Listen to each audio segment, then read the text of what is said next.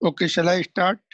Yesterday, due to that problem is the net connection, we missed that explanation.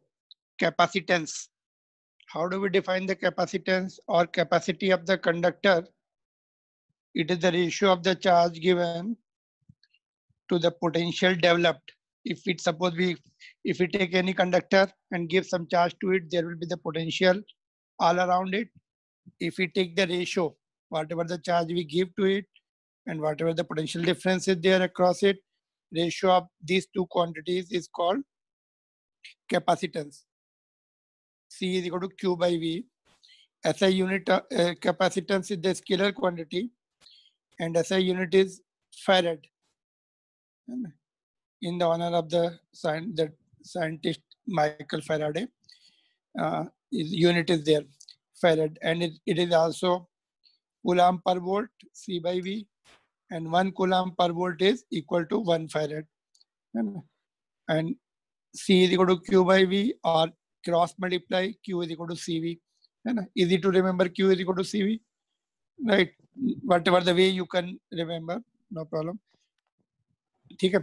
And capacitance depends upon the dimensions of the conductor, not on the Q and V. If we increase the Q, V will increase, and vice versa. Therefore, graph will be like this. If we draw the graph between C and V, C and V are Q. If we increase the charge, capacitance is not going to increase. It remains constant throughout because it remains, it depends upon the dimensions, as we have seen the further derivation. So here also dimensions, radius per depend kar rahi hai. This already we have seen yesterday. Numericals we completed, types and purposes we have seen. Capacitor kya hai? Capacitor is the combination of two conductors separated by some distance, that is vacuum or any other dielectric medium. And purpose of capacitor is to store the electrical energy, store the charges, hence electrical energy. It is either it can be fixed capacitor or variable capacitor. This already we have seen yesterday. Uses also we have seen. And types: parallel plate capacitor, spherical capacitor, and cylindrical capacitor. Parallel plate capacitor, we have seen its derivation, and it was C is equal to epsilon naught A by D, and the graph was like this.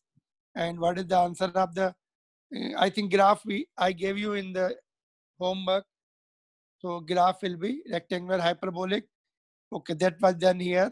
And now, second question. Area will be area of the each circular plate. It is the area of the each circular plate, not 2. Somebody has multiplied by 2. यहाँ पे 2 नहीं आएगा. 2 will not be there. Only pi a square. यहाँ पे लिखा है ना each. Area of the each plate is A. A in fact is the facing area. Suppose if we shift one of the plate up like this, if we, तो जितना facing area है, that much only. That much. If they are not facing fully, whatever the facing area is there, that much only we have to take. And generally, in normal cases, all the plates are, all the area is facing each other. Okay, so pi a square, and D was given B. So answer will be epsilon naught pi a square by B. You don't have to put the value of epsilon naught. Second question was that NCERT book solved example that I have removed now. I have changed it with the question number 24 of the exercise. In that, the area of the, find out the area of the each plate.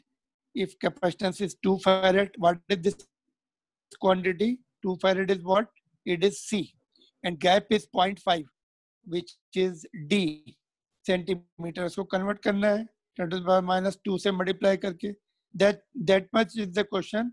Rest is the explanation. Let me explain you what is this. You will realize from your answer will be this much only. ये इतना आएगा. कैसे? C is equal to epsilon naught A by D. C is given. D is given. Epsilon naught कितना होता है? 8.8 into 10 power minus 12. कल भी किया था हमने. A आ जाएगा. किलोमीटर में इतना आएगा. 1130 kilometer square. It is very big area. Roughly 35 kilometers each side. है ना? Square plate hogi. So very huge, which is not practically possible. Then also they have given the explanation. You will realize from your answer why the ordinary capacitors are in range of microfarad, इसलिए microfarad में होते हैं, are less.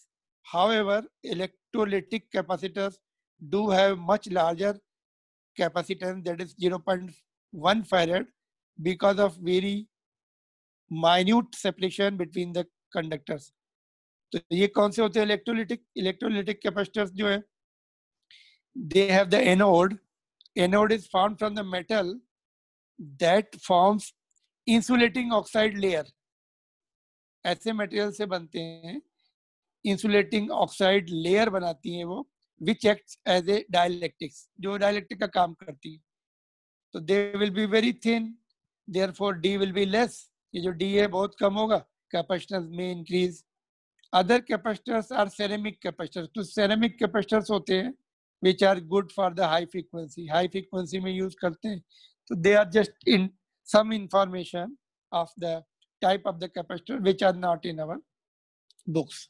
ठीक है, तो ये value put करके solve कर सकते हैं. ऐसा क्वेश्चन कल भी किया था हम लोगों ने. ये डेरिवेशंस हमने एक्सप्लेन कर चुके हैं ऑलरेडी तुमको. And what about the answer of this question? Still many of you are not sending the homework after many reminders. You are not serious about the studies, many of you. ठीक है, तो ये question में देखो, it was the simple formula based question. You don't have to find out the value of A and D. Some of you have found out the value of A and D. So you don't have to find out because that will be getting cancelled. ये हमने कैसे निकाला? वैसे ही तुम, if you don't remember, no problem. C naught जो है epsilon naught A by D, equation 1, और C जो है मीडियम के साथ A by D, equation 2. 2 को डिवाइड कर दो 1 से, तो C by C naught is equal to epsilon R. इसमें वैल्यू पुट कर दो. सी तुम्हारा ये जो दिया है ना 180, 160 की वैल्यू दी है, ये सी ये दिया हुआ है 160. सी नॉट निकालना है, एप्सिलॉन आर दिया है 80. तो क्या सॉल्व कर लो.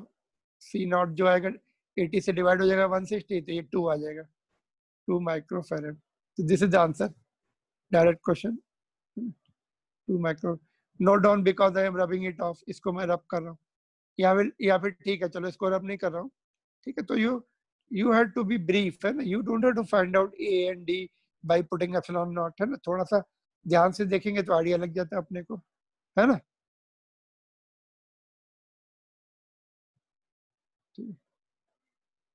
तो like this you have to solve it. ऐसा CBSE बोर्ड एग्जामिनेशन में क्वेश्चन 1 मार्क्स का या 2 मार्क्स का आता है. ठीक है, तो similar question is NCERT book also. ये होमवर्क में है तुम्हारा. देखो similar question. Are you able to hear me? Yes, sir. ये क्वेश्चन नंबर 5 देखो, सिमिलर क्वेश्चन है. हमने इसमें 1 वेरिएशन किया, इसमें 2 वेरिएशंस हैं. देखो, parallel plate capacitor with air between the plates has, थोड़ा बड़ा कर लेते हैं इसको, has capacitance 8 picofarad. Pico is how much? 10 to the power -12. Air के साथ या वैक्यूम के साथ इतना है. What will be the capacitance if the distance between the plates is reduced by half. Capital D को हाफ कर, स्मॉल डी को हाफ कर दिया, and space is filled with the dielectric constant 6. 2 variation है ना. Make the 2 equations are with single equation you can make the changes, है ना. Otherwise C not लिख लो और सी लिख लो. सी में क्या है? एप्सिलॉन आर 6 दिया है, डी बाई 2 लेना पड़ेगा. डी की जगह डी बाई 2 ले लेंगे.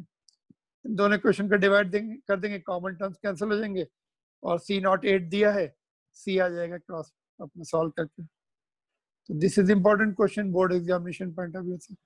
ठीक है, इसको कंप्लीट करके भेजो सॉल्व करके, और इसको नोट कर लो. तो मैं इसको रब कर देता हूँ फिर, या फिर कल रब कर दूंगा इसको डिस्कस करने के लिए. ठीक है, जगह नहीं है ना. ठीक है, so this 5th question of your exercise of NCERT book can be important question. ठीक है, ये कल हम लोग डिस्कस कर रहे थे लास्ट में. देखो ये आया था.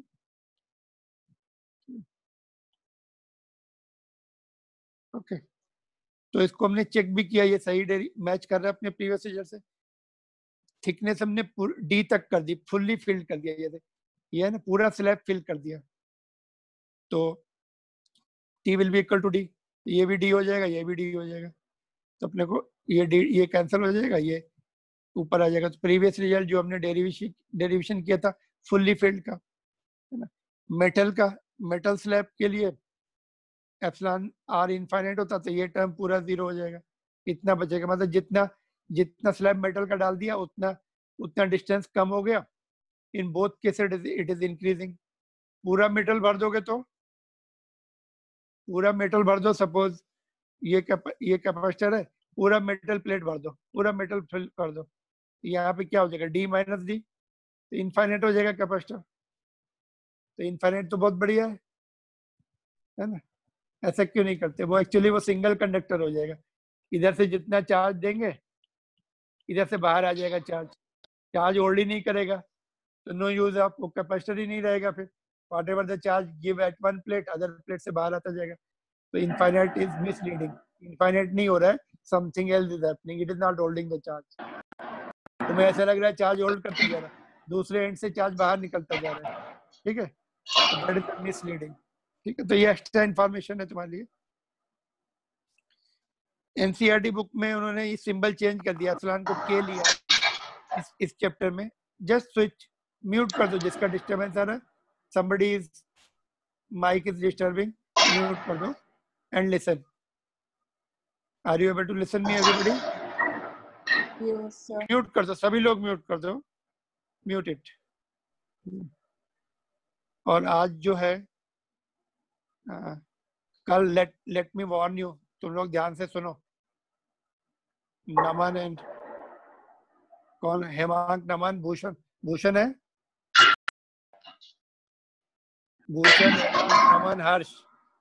कल जो है मेरा डिसकनेक्शन होने के बाद तुम लोगों का क्या आपस में चल रहा था, सब रिकॉर्ड हो गया इसमें, ठीक है। Better keep quiet if I am disconnected.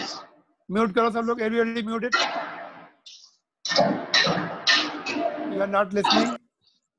सभी लोग म्यूट करो अपना माइक एंड लिसन केयरफुली। अगर मेरा कनेक्शन डिसकनेक्ट होता है तो better keep quite, everything is recorded here. फिर बाद में मैं यूट्यूब पे डालता तो इंसल्ट होती। Can't you control yourself for 40 minutes? बीच में कभी डिस्कनेक्ट होता है तो रिवाइज करो चीजों को, मस्ती करने के लिए थोड़ी है ये सब। बेटर बी केयरफुल, ठीक है। तो कल हम लोग यहाँ पे फिर से म्यूट क्यों नहीं कर रहे हैं तुम लोग, सुन क्यों नहीं रहे?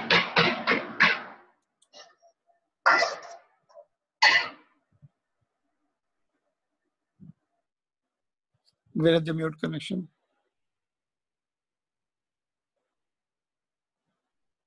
Listen.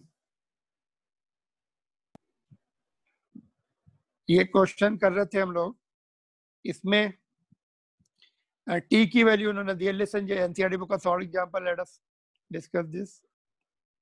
तो डायरेक्टिक कांस्टेंट के दिया है, थिकनेस दी है स्लैब की 3/4, यहाँ पे 3/4 पुट कर दिया हमने और सॉल्व कर लिया था। ये सॉल्व करके देखो, ये सब पूरा लास्ट में इतना आता है, ये आ जाता है। फिर उन्होंने एप्सिलॉन नॉट a/d को c0 लिख दिया है, कैपेसिटेंस विद वैक्यूम, ठीक है। तो ये हमने सॉल्व किया। इनफैक्ट इन्होंने ऐसे वही v वाले फार्मूले को, v = ed वाले फार्मूले को दो पार्ट में ब्रेक कर लिया, जिसमें वैक्यूम है उसमें d/4 डिस्टेंस है, और जिसमें डाइलेक्ट्रिक मीडियम था उसमें 3/4 है उसमें। तो v निकाल लिया ऐसे और फिर फार्मूला लगा दिया q/v। ऑलमोस्ट सेम मेथड है, तो सेम आंसर, ठीक है। तो दिस क्वेश्चन एनसीईआरटी बुक का पार्ट है, बोर्ड एग्जामिनेशन में शायद एक बार आया भी था, ठीक है। तो this is your that question, ठीक है। Clear to everybody this much? Now we are moving on to the very important topic, energy stored in the capacitor, है ना। कैपेसिटर को जब हम चार्ज करते हैं, इसका मेन पर्पज तो वही है ना, चार्ज होल्ड करो, चार्ज से इलेक्ट्रिक फील्ड बनती है, इलेक्ट्रिक फील्ड से एनर्जी बनती है। वही एनर्जी हम वेरियस पर्पजेस के लिए यूज करते हैं, राइट। तो लेट अस सी एनर्जी स्टोर्ड का डेरिवेशन कैसे है। तो एनर्जी स्टोर्ड जैसे हम स्प्रिंग में वर्क करते हैं, व्हेन वी कंप्रेस इट और एलोंगेट इट, तो our work done converts into the elastic potential energy, ठीक है। तो ½ kx²। Similar to this, if we shift the charge from one plate to other plate, our work will be converted into the electrostatic potential energy, because charge separate होंगे एक plate से. Suppose हम इस plate से positive charge इधर shift कर रहे हैं, तो ये थोड़ी देर के बाद पॉजिटिवली चार्ज हो जाएगी Q और ये माइनस Q हो जाएगी. तो हमें कुछ वर्क करना पड़ेगा. सपोज हमने पहले एक पॉजिटिव चार्ज यहाँ पे लाए, जब दूसरा पॉजिटिव चार्ज हम लाएंगे तो रिपेल करेगा ये पहला वाला, है ना. तो रिपेलिंग के अगेंस्ट में हमें पहले तो चार्ज न्यूट्रल में इजिली शिफ्ट हो जाएंगे, है ना. अदर वे राउंड होता है, एक्चुअली अदर वे राउंड होता है, इलेक्ट्रॉन को शिफ्ट करना पड़ता है. वैसे बोलते हैं हम ऐसे कि पॉजिटिव चार्ज इधर शिफ्ट कर रहे हैं, बट होता है क्या, इलेक्ट्रॉन को इधर शिफ्ट करो, इसमें से इलेक्ट्रॉन इधर ले जाओ. तो इसमें एक इलेक्ट्रॉन लेके गए, एक पॉजिटिव चार्ज हो गया. जब दूसरा लेके जाएंगे तो पहले वाला इलेक्ट्रॉन इसको रिपेल करेगा. तो हमें वर्क करना पड़ेगा against the repulsive force. That work is stored in the form of electrostatic potential energy. ठीक है. तो हमने इसको इंट्रोडक्शन लिखना पड़ेगा हमें. I mean total work done in charging the capacitor is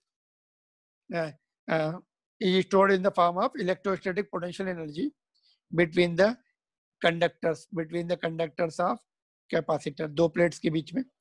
Consider two uncharged conductors 1 and 2. ये पहला वाला 1 है, ये 2 है.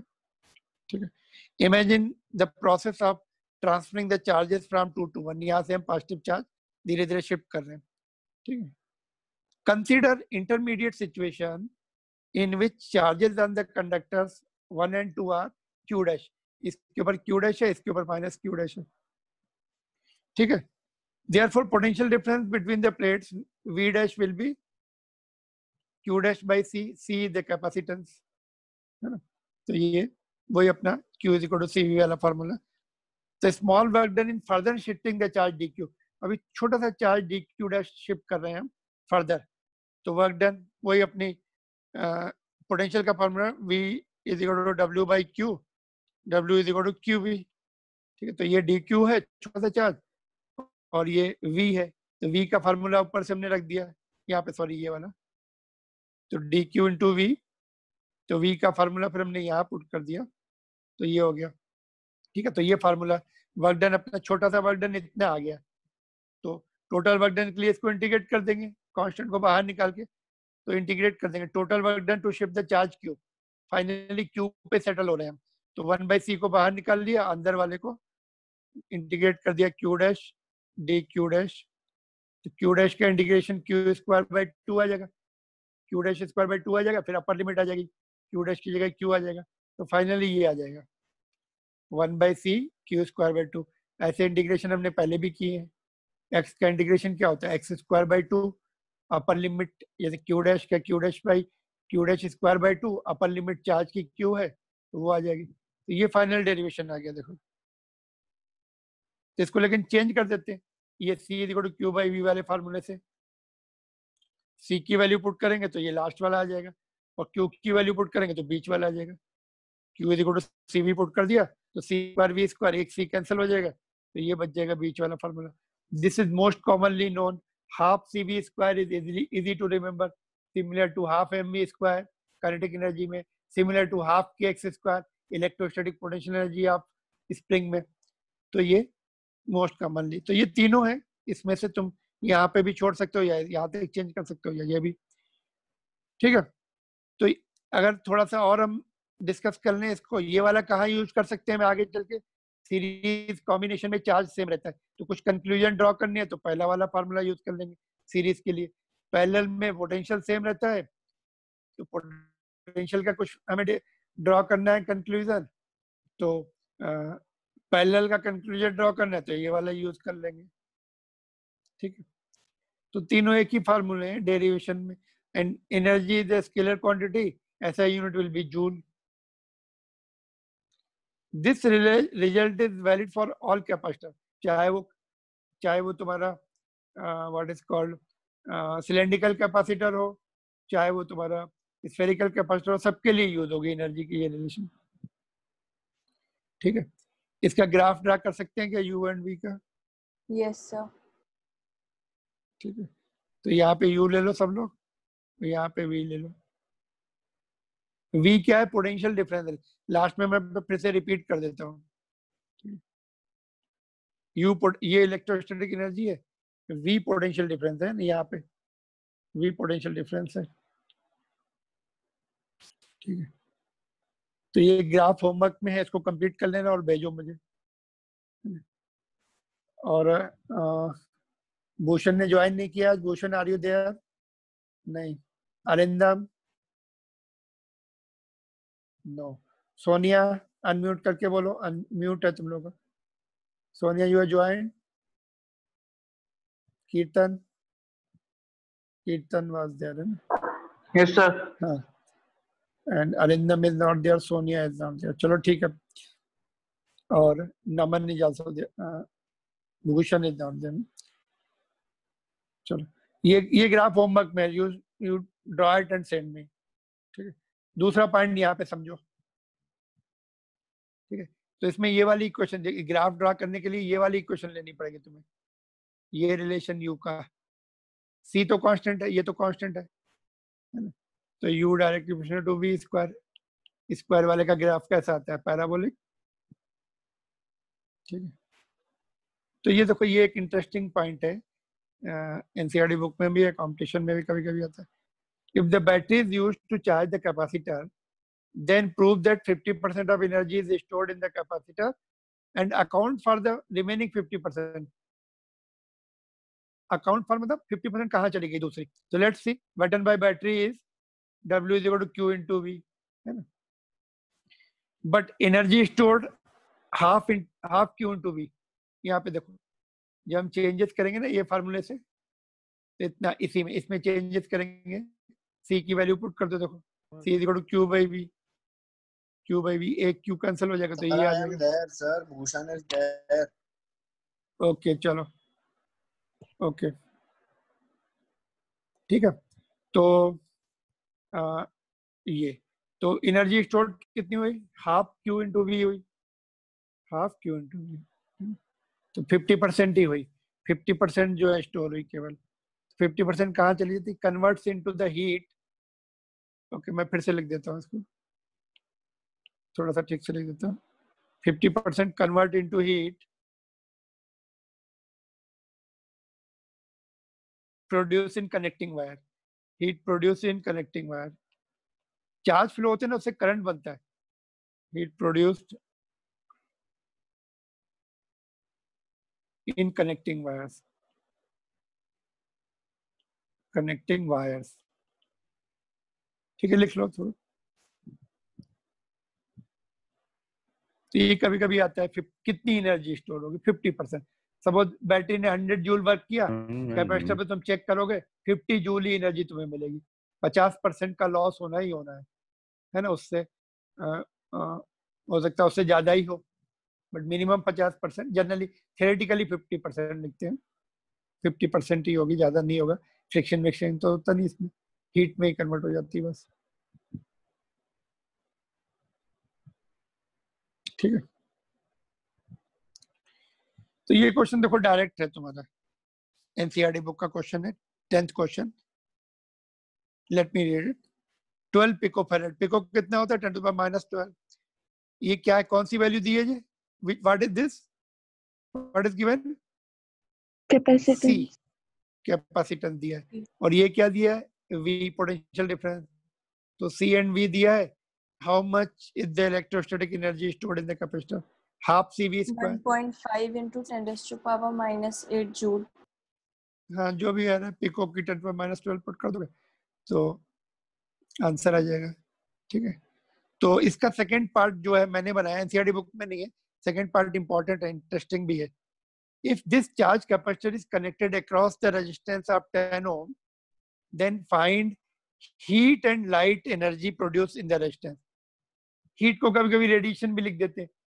कोई बॉडी हॉट होती है तो अल्ट्रा वायलेट रेज निकलती है, उसको रेडिएशन भी बोलते हैं।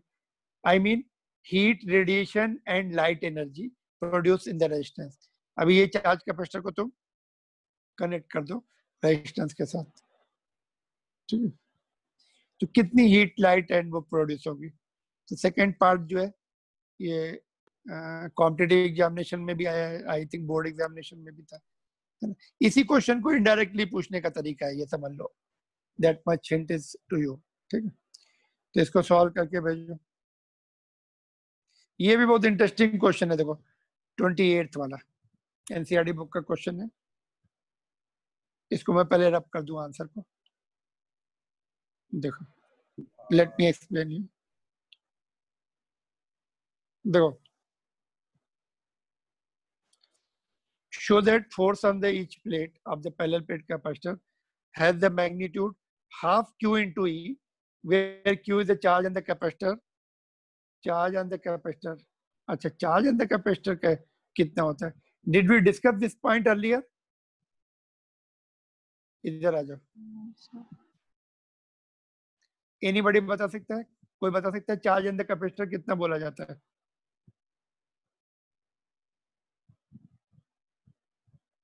देखो, दो पॉइंट अलग अलग हैं।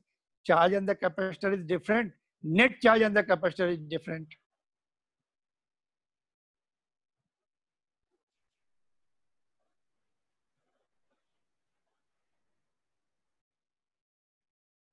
कहाँ चला गया?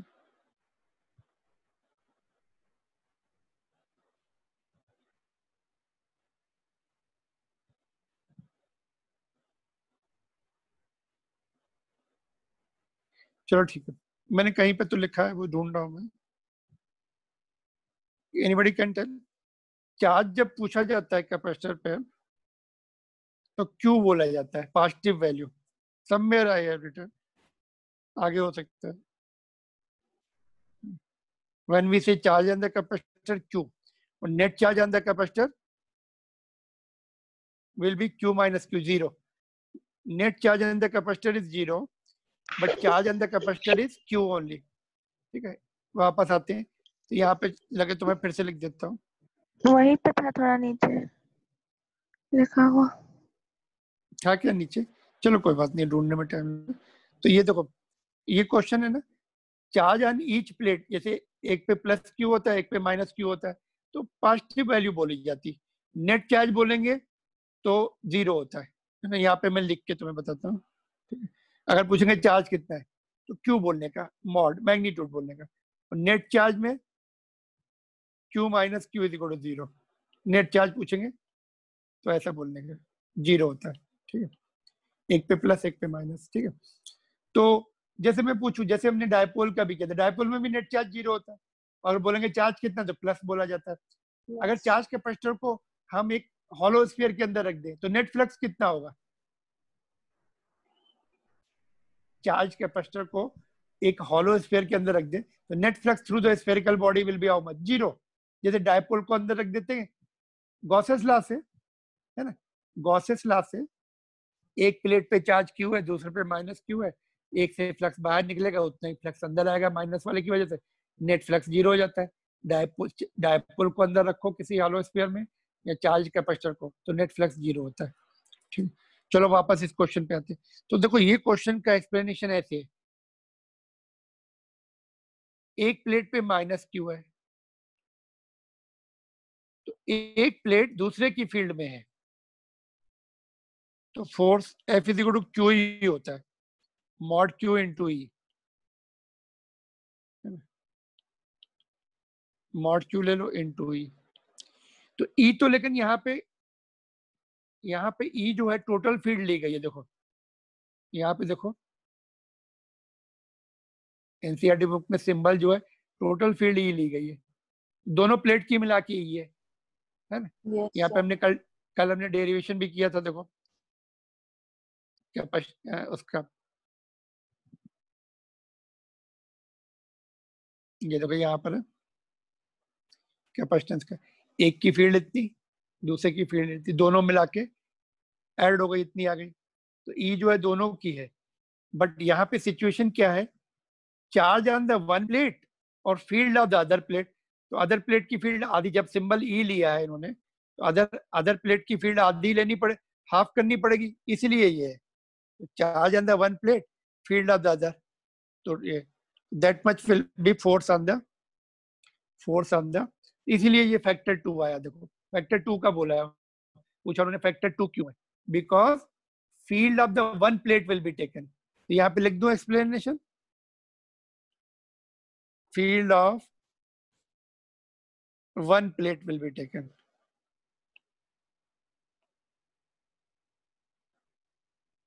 So force will be Q mod E by 2.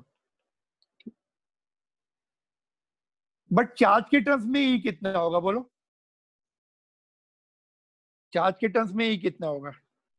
Sigma upon epsilon, sigma upon 2 sorry E जो है दोनों प्लेट का है यहाँ पे, सिग्मा अपॉन एप्सिलॉन और 2 ऑलरेडी हमने लिया हुआ है ना, 2 ऑलरेडी नीचे लिया हुआ है, तो E की value sigma upon epsilon not होती है और 2 ऑलरेडी दिया है, तो सिग्मा अपॉन 2 एप्सिलॉन नॉट, मतलब ईच प्लेट की। देखो यहाँ से आ रहा है कि नहीं आ रहा, एक प्लेट की सिग्मा अपॉन 2 एप्सिलॉन नॉट आ गई अपने आप। तो सिग्मा कितना होता है? क्यू बाई ए होता है, एक क्यू ऑलरेडी है, तो क्यू स्क्वायर बाई ए, ये आंसर हो गया। कॉम्पिटिटिव एग्जामिनेशन में ऐसे देते हैं, 2 फैक्टर में कंफ्यूजन होता है बहुत बच्चों को, 1/2 जो है आना चाहिए कि नहीं, पूरी फील्ड लिख देंगे तो रॉन्ग हो जाएगा, एक की फील्ड और दूसरे का charge, F is equal to Q E, एक प्लेट का चार्ज और दूसरे प्लेट की फील्ड, तो ये होता है फोर्स। किसी किसी बुक में रॉन्ग दे देते, SC वर्मा में सही दिया, ये हम लोगों ने सॉल्व भी कर लिया, ठीक है। 2 आता नहीं चाहिए, नीचे 1/2 आना चाहिए, because field of other plate will be taken. तो इसको बोर्ड में भी आ सकता है क्योंकि ये क्वेश्चन तो है ऑलरेडी, तो बोलेंगे चार्ज के टर्म में क्या आंसर आएगा? Q square upon since sigma is equal to Q upon A होता है। तो ये तुम्हारा ये आंसर भी बहुत इंपॉर्टेंट हो सकता है बोर्ड्स में भी और कॉम्पिटिटिव एग्जामिनेशन, ठीक है। Clear to everybody? This is one important question. आगे बढ़ते हैं। Energy density in the charge capacitor, जैसे मास डेंसिटी क्या होती है? Mass upon volume. Similarly energy density is energy upon volume. तो अभी हमने क्विकली देखो निकाला था, एनर्जी की वैल्यू ये पुट कर दी हमने, और वॉल्यूम कैपेसिटर के बीच का वॉल्यूम कितना होता है? A into D, area of the each plate, D the separation, तो वॉल्यूम इतना होगा। फिर हमने एप्सिलॉन नॉट की वैल्यू पुट कर दी, सॉरी सी की, epsilon naught A by D, और पोटेंशियल कितना होता है? V is equal to E D put कर दिया, वेज वाला फार्मूला, तो ए स्क्वायर डी स्क्वायर हो गया। तो यहाँ से क्या क्या कैंसिल हो गया? देखो ये डी स्क्वायर के साथ कैंसिल हो गए, ए के साथ कैंसिल हो गया, ये आ गया। तो ये इंपॉर्टेंट है, ये कभी कभी ये पूछ लेते हैं, स्टेट बोर्ड की बुक में भी ऐसा है, बट उन्होंने दूसरे मेथड से किया हुआ है। RCI you complete it with your book, from your book, ये कैपेसिटेंस वाला नहीं चलेगा तुम्हारे उसमें, जैसे तुम्हारी टेक्स्ट बुक में दिया वैसा करना पड़ेगा, बट एंड रिजल्ट सेम है। ई द फील्ड, उस स्पेस में जितनी फील्ड है, जरूरी नहीं है कैपेसिटर के लिए, एक तुम चार्ज कंडक्टर ले लो, उससे फील्ड ओरिजिनेट होती है, सब तरफ फैलती है वो, उसका छोटा सा वॉल्यूम लेके हम एनर्जी डेंसिटी निकाल सकते हैं। इलेक्ट्रिक फील्ड हमें पता लग गया उस पॉइंट पे कितना है ना, वॉल्यूम छोटा ही लेना पड़ेगा अगर इलेक्ट्रिक फील्ड वेरी कर रही है, नहीं तो इंटीग्रेशन लगाना पड़ता है फिर, ठीक है। Are you there still? Yes sir. Yes ये सर। क्वेश्चन देखो, ये क्वेश्चन फ्रीक्वेंटली आस्क करते, देखो right SI unit and dimension of energy density. तो इससे मत देखना, इससे अगर तुम करने बैठोगे ना, इसकी डायमेंशन भी नहीं पता, इसकी यूनिट भी नहीं पता, इसकी यूनिट भी ठीक से नहीं पता रहती, तो एज ए होल देखो, उसकी डेफिनेशन से तुम यूनिट लिखो और डायमेंशन लिखो। इंडिविजुअल कभी भी हम डायमेंशन जब पूछी जाती है ना कॉम्प्लिकेटेड फार्मूले की, तो उसका समझ लो कहीं ना कहीं रिलेशन है ना, कोई फिजिकल क्वांटिटी है वो मिला के उससे यूनिट लिखो, डायमेंशन लिखो। इंडिविजुअल पुट करेंगे तो फंस जाएंगे, मिस्टेक भी हो जाएगी। ऐसा unit joule per metre cube है क्या? मीटर क्यूब है। हाँ, तो उससे डायमेंशन भी आ जाएंगी, है ना, इजी। हाँ। इससे लिखेंगे तो फंस जाएंगे ना। गुड। तो डायमेंशन भी बहुत बार पूछा है, बोर्ड में नहीं पूछते, बोर्ड में सीबीएसई बोर्ड में कम पूछते, बहुत ना के बराबर, बट स्टेट बोर्ड में कॉम्पिटिटिव एग्जामिनेशन में जेई एडवांस में पूछा था, right the dimension of this quantity. बहुत आसान है, एनर्जी डेंसिटी अगर हमें पता है, joules per coulomb, ml-1 t-2। हाँ, एनर्जी का है ml स्क्वायर t-2 और नीचे L क्यूब आता है, तो ये ऊपर जाके L-1 रह जाएगा, ठीक है। और ये देखो एनसीईआरटी बुक का क्वेश्चन है, इसी पे बेस, कैलकुलेशन थोड़े लेंथी है, इसमें देखो सी डायरेक्टली नहीं दिया हुआ है, सी पहले ये देखो एरिया दिया है और गैप दिया है, तो एरिया को ऐसा यूनिट में कन्वर्ट कर लो, स्क्वायर है तो 10⁻² से मल्टीप्लाई कर 4 से मल्टीप्लाई करना पड़ेगा, सेंटीमीटर स्क्वायर है ना, तो -4 हो जाएगा, ये मिलीमीटर है, 10⁻³ हो जाएगा। कैपेसिटेंस निकाल लो, फिर V भी दिया है, हाफ CV² से एनर्जी आ जाती है। फिर सेकंड पार्ट में एनर्जी डेंसिटी भी शायद पूछा है, एनर्जी डेंसिटी नहीं पूछा, ये डेरिवेशन पूछा है एक्चुअली, डेरिवेशन उसमें नहीं दिया हुआ है टेक्स्ट बुक में, तो इसमें उन्होंने डेरिवेशन के बारे में पूछा। View the energy stored in the